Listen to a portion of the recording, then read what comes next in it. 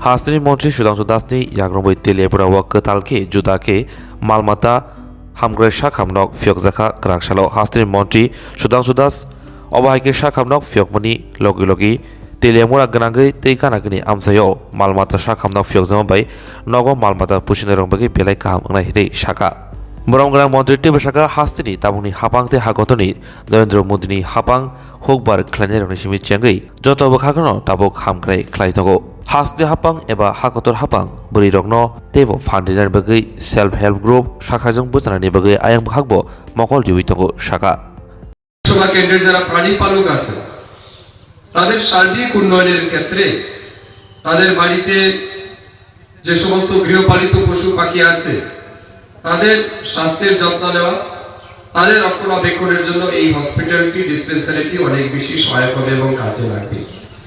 আমাদের এআরডিডি ডিপার্টমেন্টের অর্থানুকূলে এই যে ডিসপেন্সারি আমরা উদ্বোধন করছি আজকে, এটা শুধু আপনাদের তেলিয়ামুড়াতে নয়, আমাদের রাজ্যের বিভিন্ন জায়গাতে আমরা এটা উদ্বোধন করছি।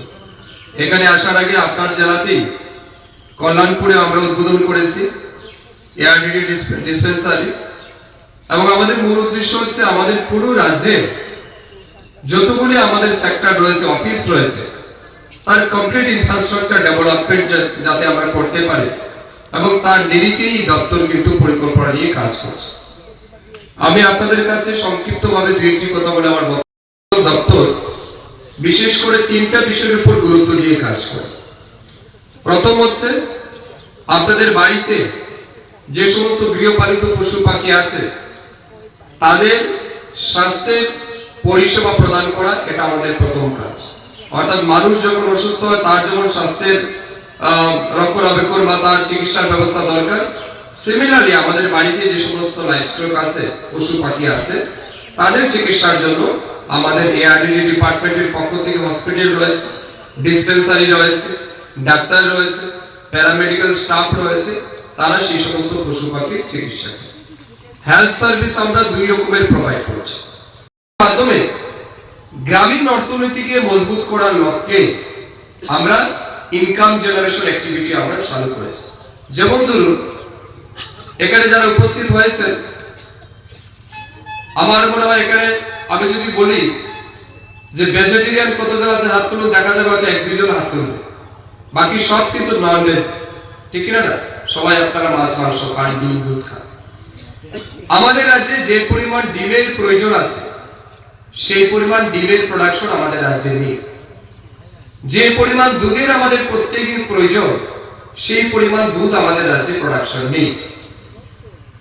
মিল্ক প্রোডাকশন অর্থাৎ মাংসের উৎপাদনে কিন্তু আমরা স্বয়ংসম্পূর্ণ। আমাদের রাজ্য বাইরের রাজ্যের প্রতি নির্ভরশীল নয়, আমাদের রাজ্যে সাফিসিয়েন্ট মাংস আমাদের আছে, আমরা একদম সাফিসিয়েন্ট আমাদের ফিশ মিল্ক প্রোডাকশন। দপ্তর যার নাম থেকে আমরা এই ডিপার্টমেন্টটা কি এবং কেন আমরা বুঝতে পারি। প্রাণী সম্পদ, সমস্ত প্রাণী, বিশেষ করে যাদের আমরা গৃহপালিত বলি, গরু, ছাগল, শূকর, হাঁস, মুরগি তো রয়েছে, এরা প্রত্যেকে আমাদের কাছে সম্পদের মতো গুরুত্বপূর্ণ। কারণ এগুলি আজকে আমাদেরকে লাইভলিহুড জেনারেশন করছে। আমরা অর্থনৈতিকভাবে আমরা স্বাবলম্বী হতে পারছি এই পশুগুলির মাধ্যমে। এই পশুগুলি লালন পালন, তাদের চিকিৎসা, তাদের জন্য খাবারের ব্যবস্থা করা, সমস্ত কিছুকে দেখাশোনা করে সেটা প্রাণী সম্পদ বিকাশ দপ্তর। এটা অত্যন্ত গুরুত্বপূর্ণ দপ্তর, এবং বিশেষ করে গ্রামীণ মানুষের অর্থনৈতিক স্বয়ংবরতার সঙ্গে সরাসরি যুক্ত এই দপ্তর। আর আমরা যেটা নীরজবাবু বলেছেন যে ডাক্তার এবং এই ধরনের ডিসপেন্সারি আজকের দিনে কতটা গুরুত্বপূর্ণ। আমরা জানি যে সমস্ত প্রাণীরা যারা রয়েছে তারা নির্বাক হয়, তারা বলতে পারে না কোথায় কষ্ট হচ্ছে, কোথায় ব্যথা হচ্ছে। ডাক্তারবাবুরা তাদের বিশেষজ্ঞতার পরিপ্রেক্ষিতে সেই কাজগুলো করে থাকেন, এবং আপনারা জানেন কিছুদিন আগে আমাদের ডক্টর অভিষেক পাল এবং তার এন্টায়ার টিম মিলে কয়েকটি অপারেশন করেছেন। গরুর সিজার হয়েছে, গরুর সিজার হয়ে বাচ্চা হয়েছে। একটা মাকে আমরা বাঁচাতে পারিনি, কিন্তু পরবর্তী আরেকটা সিজার হয়েছে, সেখানে আমরা ডক্টর অভিষেক দক্ষতার সঙ্গে সেই অপারেশন করেছে। একটি গরুর পেটে বিশাল আকার টিউমার ছিল, সেটাও ডক্টর অভিষেক তার দক্ষতার মাধ্যমে তার এন্টায়ার টিম এত পরিশ্রম করে সেই গরুটাকে বাঁচিয়েছিলেন।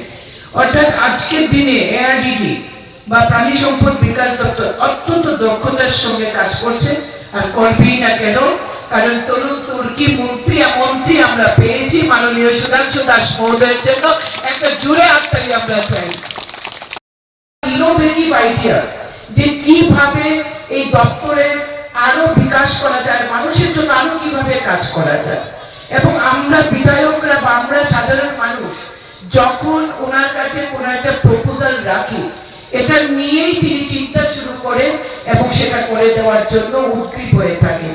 যার কাছে সময়ের কোনো বাধ্যবাধকতা নেই এবং যার কাছে কোনো কিছুই কোনো বাধা নয়, এমন একজন মন্ত্রী আজকে এই দপ্তর পরিচালনা করছে। তো আজকের দিনে আমরা কিষাণ সম্মান নিধি ভাতা পায়, আপনারা জানেন যে কৃষকরা আজকের দিনে ৬,০০০ টাকা বছরে সাম্মানিক নিধি পাচ্ছেন। শুধু আজকে কৃষকরা নয়, পশুপালন যারা করেন, পশুপালক নিধি আজকে আমাদের সরকার ৬,০০০ টাকা সেটা করেছে। যারা গরু পালেন বা কিংবা অন্যান্য পশু পালেন, একটা ক্রাইটেরিয়া থাকে, সেই ক্রাইটেরিয়া অনুযায়ী আমরা পশুপালন নিধিও বছরে ৬,০০০ টাকা সেটাও আমাদের সরকার চালু করেছে।